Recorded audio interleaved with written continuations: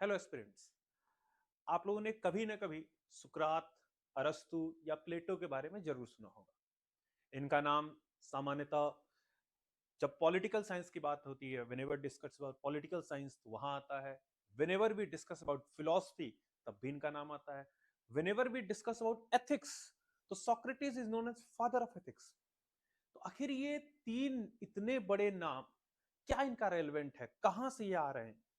तो तीनों में एक जो कहा जाए कॉमन बात है वो ये है कि तीनों प्राचीन यूनान एंसेंट ग्रीस से आते हैं और तीनों का एक इंटरलिंकेज भी है। तीनों का एक इंटरलिंकेज भी है और तीनों अपने आप में they are not just person, they are not just philosopher, they are like universities in themselves. ये खुद में विश्वविद्यालय, इतना ज्ञान है इसमें। जो सबसे पहला नाम आता है सुकरात, सॉक्रेटिस जिसे कहते हैं, उसको ऑरेकल ऑफ डेल्फी ने यहां तक कहा is the wisest man alive. Oracle of Delphi ने कहा कि यह सबसे ज्यादा जीवित ज्ञानी व्यक्ति है। और उसके बाद सोक्रेटिस क्या कहता है? कहता है कि मुझे लोग कहते हैं कि मैं बहुत ज्ञानी हूं, लेकिन मैं सिर्फ इतना जानता हूं कि मैं कुछ भी नहीं जानता। मैं सिर्फ इतना जानता हूं कि मैं कुछ भी नहीं जानता। एक ऐसा व्यक्ति। फिर उसी का एक शिष्य होगा जिसका नाम है प्लेटो, जो पहले राजनीति में सम्मिलित होने वाला था, राजनीति की तरफ जाने वाला था, लेकिन क्या ऐसी घटना घटी कि he becomes the one of the greatest philosopher.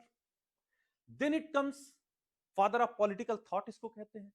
Then उसके बाद द नेक्स्ट जनरेशन एरिस्टोटल, अरस्तु, जिसको फादर ऑफ पॉलिटिकल साइंस कहते हैं।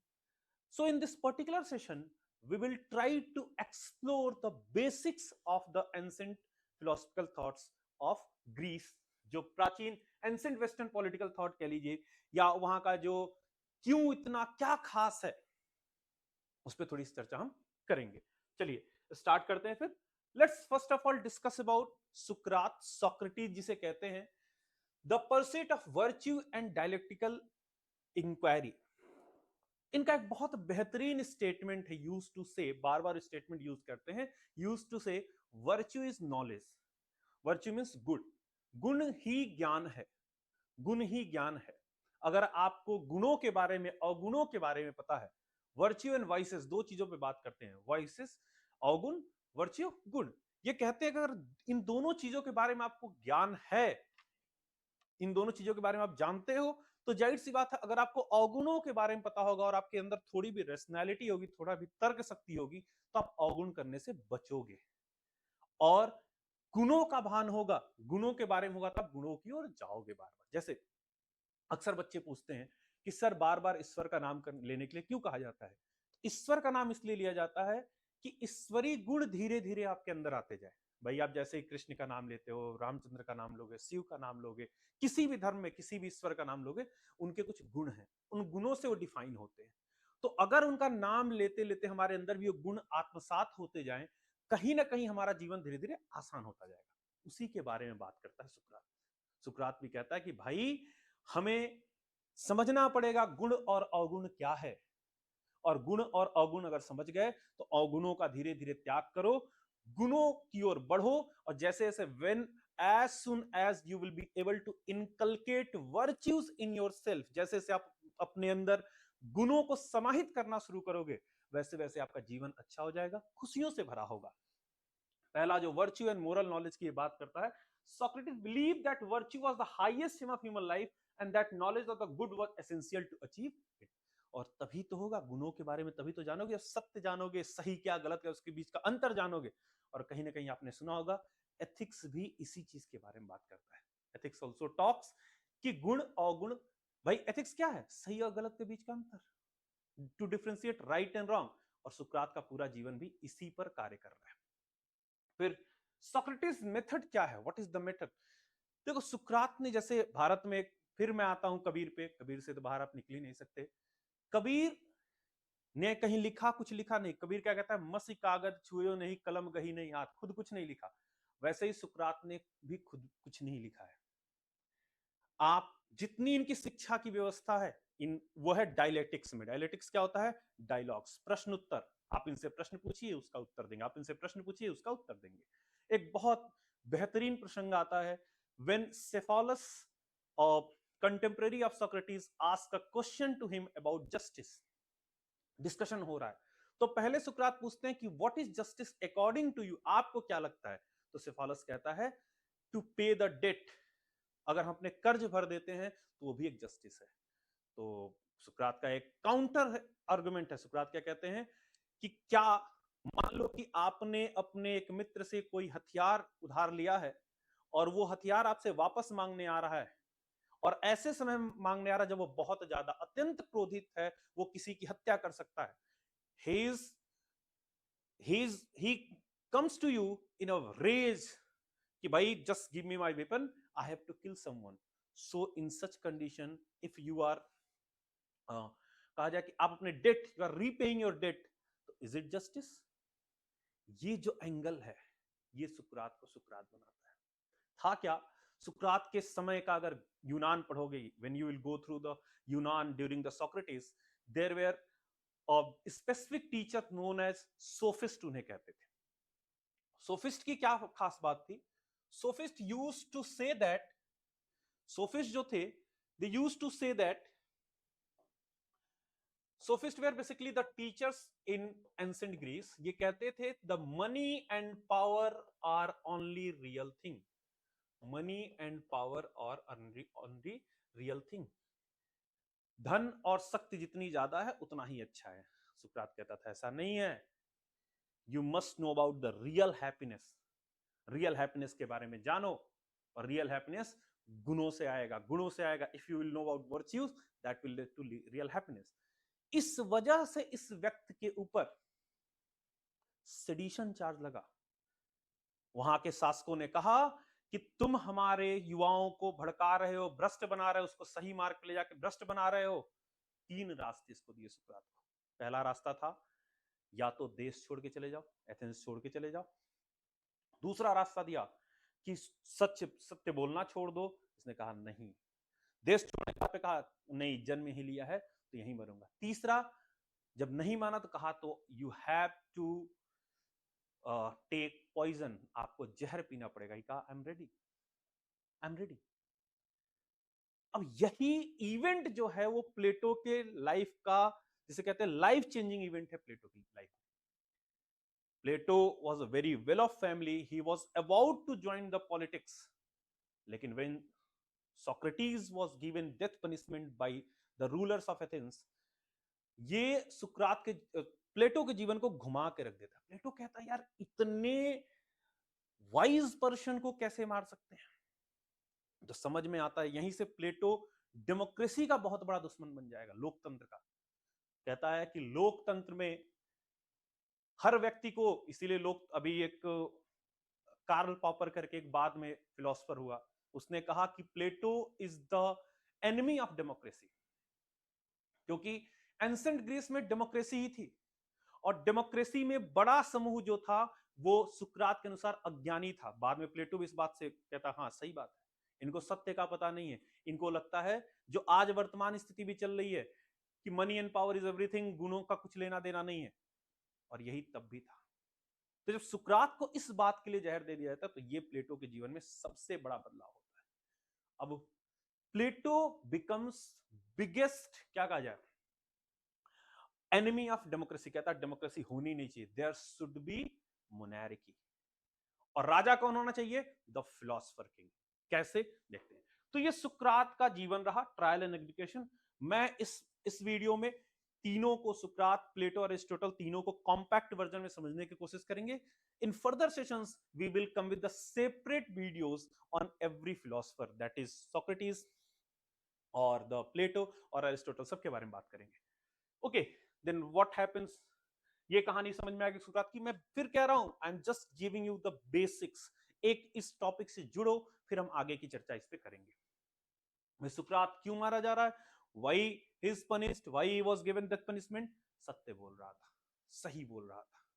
जनता उस समय धन और शक्ति के लालच में पागल है। The people of Athens were mad. वो कह रहे हैं भाई, सोफिस्ट वहां जो टीचर्स, वो कह रहे हैं यही तो रियलिटी है, यही देखो। सुकरात कह रहा है नहीं नहीं नहीं, गलत है।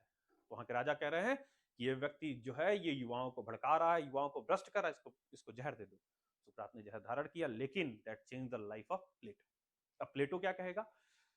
प्लेटो का जो पहला कॉन्सेप्ट है, पहली बात इस जो कहते हैं the reality is reflection of idea. Plato कहता है कि जो कुछ हम देख रहे हैं ये सत्य नहीं है, हमें कोई दिखा रहा है, बता रहा है कि ये चीज ऐसी है, तो हम उसको मान ले रहे हैं, क्योंकि हमें सत्य के बारे में पता ही नहीं। एक बहुत बेहतरीन कॉन्सेप्ट देता है, ये यहां पर फिगर है, एलेगरी ऑफ केव का कॉन्सेप्ट देता है। कहता है कि हम उन मनुष्य के जैसे हैं जो एक गुफा के अंदर बैठे हुए हैं, और जब गुफा के अंदर बैठे हैं, बाहर से प्रकाश पड़ रहा है और उस प्रकाश के प्रतिबिंब से जो चीजें बन रही हैं, और हमें बताया जा रहा है कि ये चिड़िया है, तो हम उसको मान ले रहे हैं चिड़िया है। हमें सत्य की हमने कभी चिड़िया वास्तविकता में देखी नहीं, हमें रियलिटी ही नहीं पता है, आइडिया क्या था उसको नहीं पता है, जो कुछ हम देख ले रहे हैं उसी को सत्य मान ले रहे हैं। पहली बात ये कहता है, तो कहता है पहले हमें उस आइडिया के बारे में जानना होगा, हमें उस आइडिया के बारे में जानना होगा। तो आइडियल स्टेट की बात करता है, वही कहता है कि भाई आइडियल स्टेट क्या होगा, इसकी बहुत बड़ी रचना है, दैट इज कॉल्ड रिपब्लिक। जो कुछ और नहीं है, Republic is basically story of Sukrat life. सुकरात के जीवन की घटना है, सुकरात के जीवन में जो जो चीजें हुई हैं उसी को प्लेटो ने लिखा, उसी को कहते हैं रिपब्लिक। क्योंकि सुकरात का अपना कोई लिटररी सोर्स नहीं है, सुकरात ने खुद से कुछ नहीं लिखा।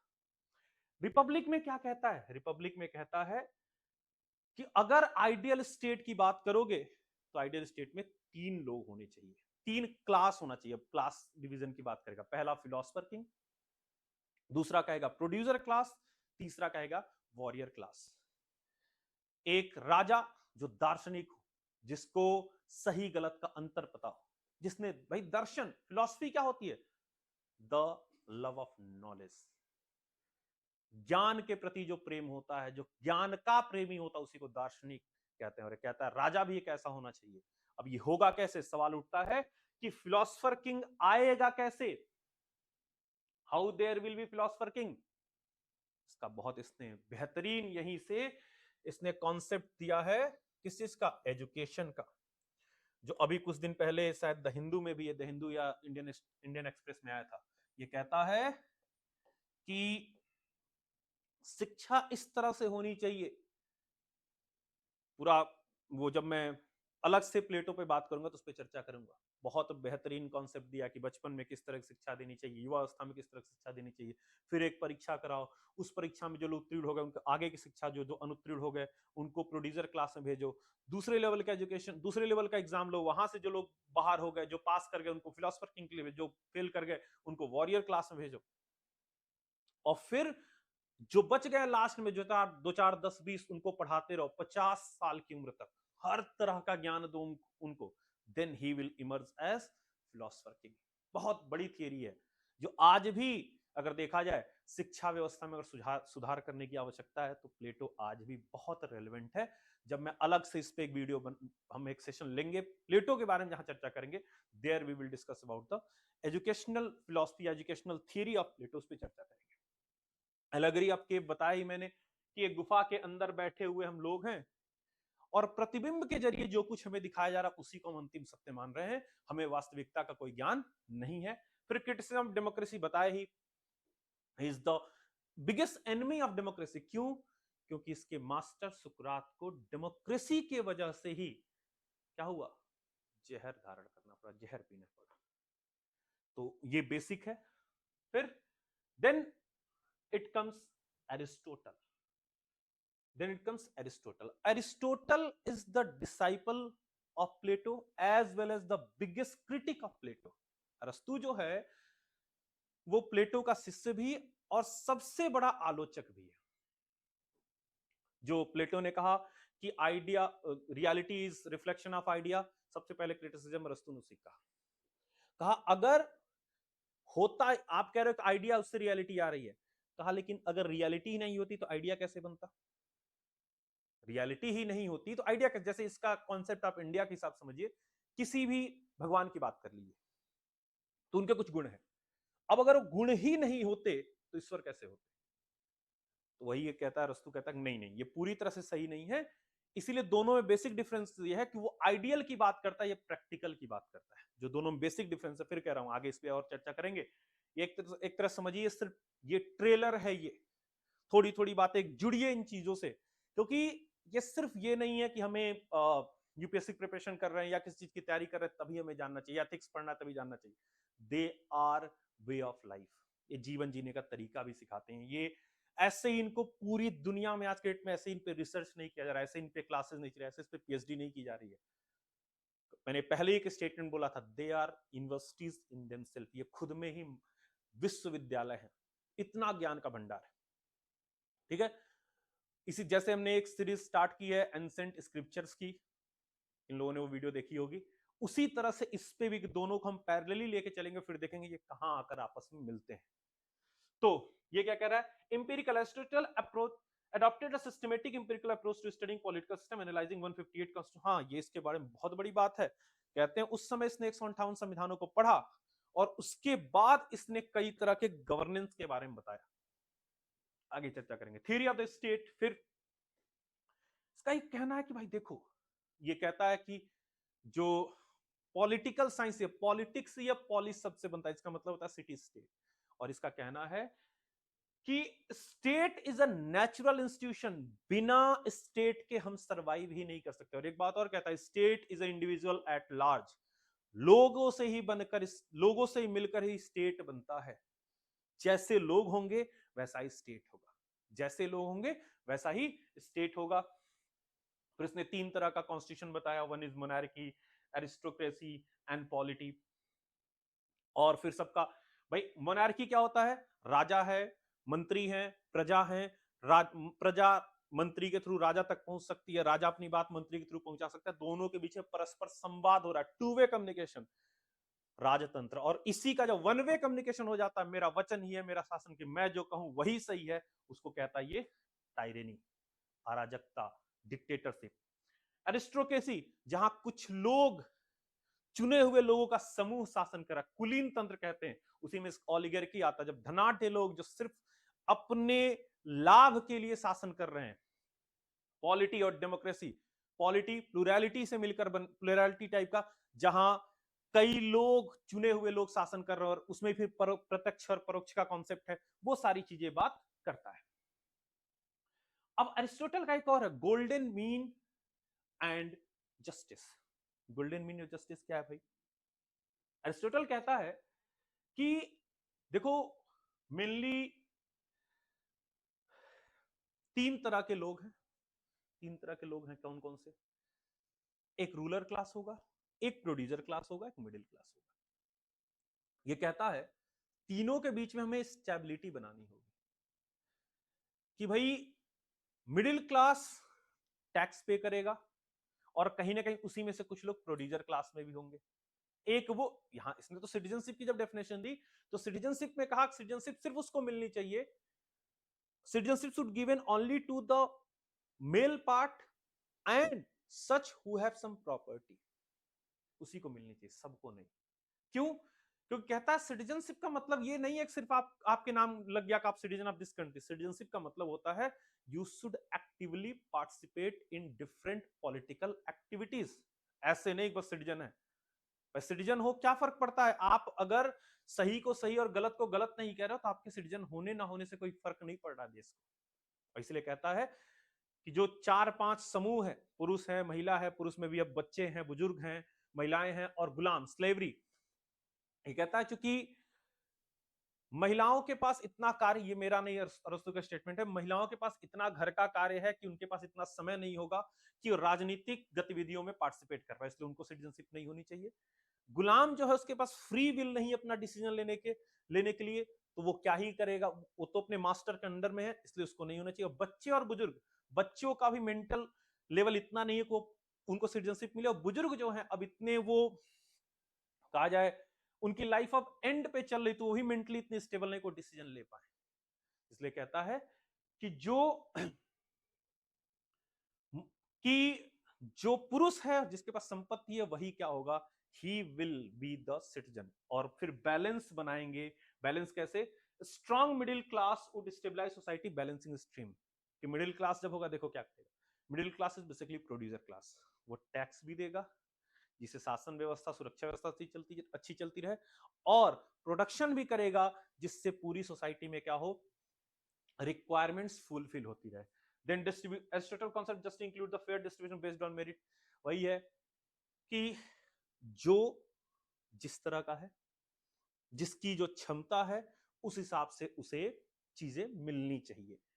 जिसकी जो क्षमता है, कोई कमजोर है तो उसके लिए थोड़ा एक्स्ट्रा प्रयत्न कर दो, जो मजबूत है अपने आप में सारी चीजें कर सकता है उसको अपने आप छोड़ दो। Distributive justice, corrective, he emphasize fairness and rectified wrong with society. जाहिर सी बात है, हर एक फिलोसफर यही तो परेशान है कि जो भी समाज में गलत चीजें चल रही हैं उनको सही किया जाए, तो जस्टिस शुड बी रेक्टिफाइंग। ये नहीं जैसे आप लोगों ने वो सुना होगा, एक भारतेंदु हरिश्चंद्र ने भारत में बहुत बेहतरीन नाटक लिखा अंधेर नगरी, चौपट राजा, टके सिर भाजी टके सिर खाजा, सबने सुना होगा कि एक राज्य है जहां एक गुरु शिष्य गोवर्धन दास और भगवान दास पहुंच रहे हैं, जहां टके सेर ही सब कुछ मिल रहा है, हर एक चीज टके सेर है। तो गुरु जी कहते हैं कि बालक, अपने शिष्य गोवर्धन दास से कह रहे हैं कि यहाँ रहने लायक नहीं है, जगह ठीक नहीं, यहाँ से चलो। लेकिन गोवर्धन दास कहता है कि नहीं बाबा जी, ऐसा शहर कहाँ, ऐसा नगर कहाँ मिलेगा जहां सब कुछ टके सिर मिल रहा है। तो गुरु जी चले जाते हैं और चेला वहां रह जाता है। फिर कहानी क्या घटित होती है, वहां एक दीवार गिरने से किसी की बकरी मर जाती है। वो राजा के दरबार में पहुंचता है कि महाराज, दुहाई हो महाराज, मेरी बकरी मर गई, इसका न्याय किया जाए। राजा पहले मिस्त्री को बुलाते हैं जो दीवार बना रहा होता है, उससे कहा जाता है कि भाई कैसे दीवार, कमजोर दीवार क्यों बनाई। मिस्त्री कहता है मेरी कोई गलती नहीं है, वो तो जो पानी भर के दे रहा था, जो गारा बना रहा था, जो मसाला बना रहा था, उसने इतना पतला मसाला बना दिया, दीवार गिर गई। उसको भेज के पानी वाले को बुलाया जाता है, कहता तुमने पानी इतना क्यों डाला। वो कहता मेरी कोई गलती नहीं है, जो भिस्ती थी जिससे पानी डाला जाता था वो बड़ी थी। अच्छा इसको भेजो, भिस्ती वाले को ले आओ। भिस्ती वाला कहता है कि भिस्ती वाला कहता है कि भाई मेरी कोई गलती नहीं थी, तो गलती से बड़ी भेड़ मुझे बेच दी थी, भिस्ती बड़ी मिल गई। भेड़ वाले को बुलाया जाता है।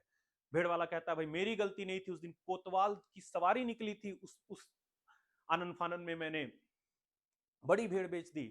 कोतवाल को अब लास्ट में वही दोषी है। राजा कहते हैं कोतवाल को फांसी पे चढ़ा दो। अच्छा जी, कोतवाल को फांसी पे चढ़ाने ले जाते हैं, पता क्या चलता है, कोतवाल का गला छोटा है, फांसी का फंदा बड़ा बन गया।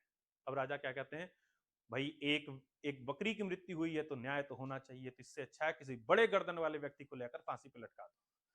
अब सैनिक निकलते हैं और वही बच्चा गोवर्धन दास मिल जाते हैं, खूब मोटे तगड़े हैं, उनको लाके फांसी पे चढ़ाने वाले। अब गोवर्धन दास अपने गुरुजी को याद कर रहे हैं, गुरुजी बचाइए बचाइए बचाइए। गुरुजी आते हैं, कहीं से उनको पता चलता है कि मेरे शिष्य को, मेरे चेले को फांसी चढ़ाइए, तो गुरुजी तो बचाने आएंगे ही। पूछते हैं क्या हुआ, बताता है ऐसे ऐसी बात है। तो कुछ उसके कान में कहते, फिर दोनों आपस में लड़ने लगते हैं, मैं फांसी चढ़ूंगा, मैं फांसी चढ़ूंगा। बात राजा तक पहुंचती, राजा पहुंचते हैं, पूछते हैं क्यों तुम लोग आपस में लड़ रहे हो।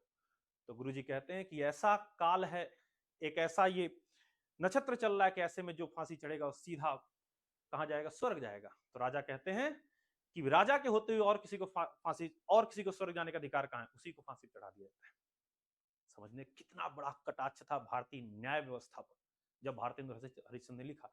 ये समस्या थी उस समय भी यूनान में कि हम करेक्टिव जस्टिस पे बात नहीं करते थे कि करेक्शन कैसे किया जाए, भाई उसकी बकरी मर गई तो उसको कंपनसेशन देके बात खत्म करो। हम बात कर रहे हैं नहीं, वही है कि अंधेर नगरी, भाई अगर कुछ हुआ है तो किसी न किसी को मृत्यु, अरे इससे थोड़ी फर्क पड़ जाएगा भाई, हम उसको ठीक कैसे करें, इस पे अरस्तु का पूरा ध्यान उस पे रहता है। फिर कंपैरेटिव एनालिसिस तीनों का कर लेते हैं। सुकरात मोरल वर्च्यू सेल्फ एग्जामिनेशन पे बात करेंगे, प्लेटो आइडियल जस्टिस पे बात करें, आइडियल स्टेट जस्टिस, सुकरात एम्पिरिकल स्टडी रियलिज्म, वही है, ये आइडियल की बात करते हैं, रियलिटी की बात करते हैं, जैसे मैंने चर्चा किया। की concept virtue through knowledge, theory form, philosopher की classification of constitution. Sceptical, democracy को नहीं सही मानते, क्रिटिकल है कि ठीक आलोचना कर रहे हैं, और ये क्रिटिक्स बस सी पोटेंशियल इन पॉलिटी, कहते हैं ठीक है लेकिन इसमें सुधार की जरूरत है। Rule by enlightenment, philosophers Kings, polity, mix government, जहां जैसी आवश्यकता वैसी गवर्नमेंट रखो। अब लेगेसी क्या क्या है, पहला तो जस्टिस एंड एथिक, क्योंकि तीनों का जो, इसीलिए तो भाई तीनों अपने आप में ये द ट्रायो, जब इन पे डिटेल लेक्चर लूंगा तो उसमें और बताऊंगा। सुकरात father of ethics, Plato father of political thought, and the Aristotle father of political science. क्या ही लेगेसी है। डेमोक्रेसी पे बात कर रहे हैं, चाहे वो डेमोक्रेसी की अच्छाइयों की बात करें, बुराई, लेकिन बातचीत डेमोक्रेसी के आसपास हो रही है। Balance governance, political philosophy, that we have discussed. Influence on the modern political science, जी हाँ भाई, आज भी तो बात हो रही है। There should be debate and discussions, there should be debate and discussions, ethical leadership, civic participation, constitutional theory. आज भी तो पूरी चर्चा इसी पे चल रही है कि how more and more people can participate in democratic activities, इसी पूरी चर्चा हो रही है। And then it comes to critical limitations, historical context। भाई जब भी बात होती है किसी चीज को आज वर्तमान में इंप्लीमेंट करने की, तो क्या ये जरूरी है कि जो चीज उस समय सही थी वो आज भी सही हो जाए? काइंड ऑफ हो भी सकती है, नहीं भी हो सकती, क्योंकि हर समय का समाज, हर समय की व्यवस्था बिल्कुल अलग होती है। एक्सक्लूसिविटी, आइडियलिज्म वर्सेस प्रैक्टिकलिटी, इन मुद्दों पे हम अगली क्लासेस में और थोड़ी चर्चा करेंगे।